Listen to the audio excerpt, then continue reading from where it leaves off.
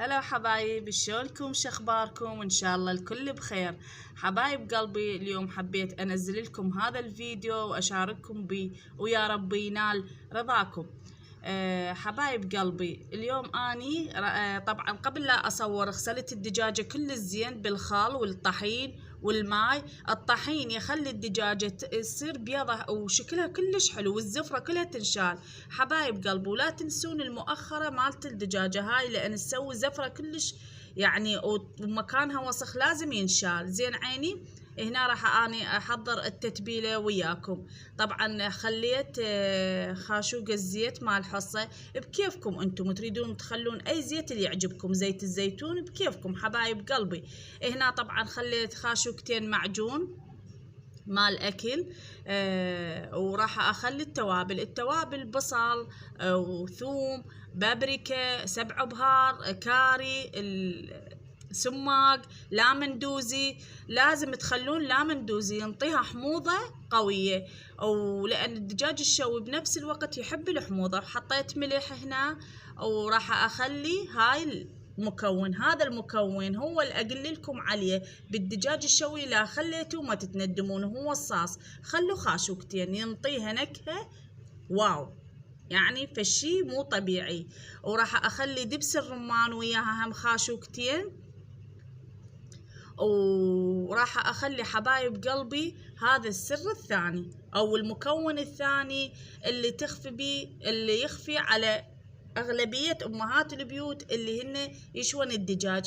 هذا الراشي إذا خليتيه على هاي التتبيلة راح تدعيلي حبايب قلبي. راح ينطي للدجاجة طراوة، وراح ينطيها فد شي مو طبيعي بالطعم. تحسينها يعني انت وكأنه جايبه الدجاجة من برا من المطعم.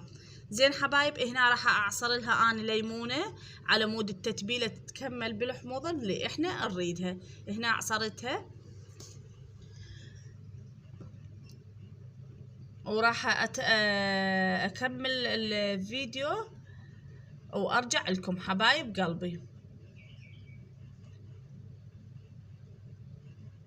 هنا كملت عندي التتبيلة، راح اتبلها للدجاجة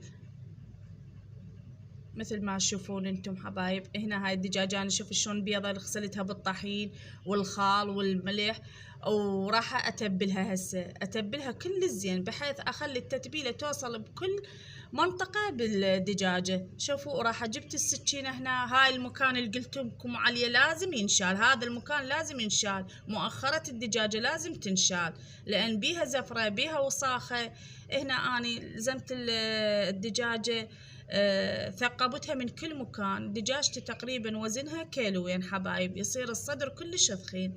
هنا انتم تشوفون شلون اني التتبيله بكل مكان راح ادخلها.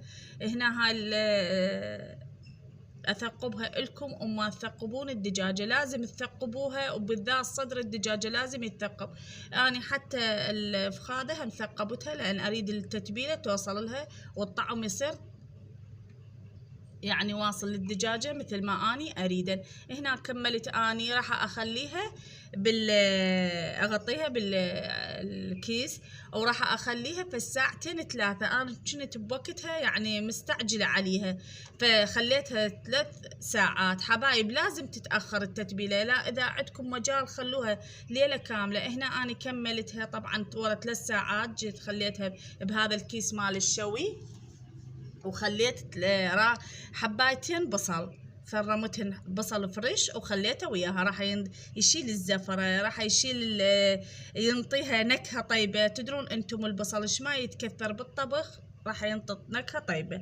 هنا شلت الدجاجة خليتها بالقالب وراح ادخلها الفرن حبايب قلبي. هنا اني طبعا استوت الدجاجة، كان موبايلي ما بي شحن ما صورت لكم اياه اول ما طلعت الدجاجة. هنا انا طبخت وياها باع شلون اللمعة، شوفوا اللون اللي بيها والطعم. يا ريت اكو ميزة بالتصوير توصل الطعم لكم الرائحة، يعني الريحة مو واو والطعم يخبل، والهشاشة اللي بيها يعني الدجاجة تموع بالحلق مثل ما نقول احنا بالعامية. نطبخ التمن احمر حبايب، وتمن شعرية، وحبشكلات الغداء، وسهمنا وسهمكم العافية حبايب قلبي. لا تنسوني من اللايك والاشتراك، احبكم هواي.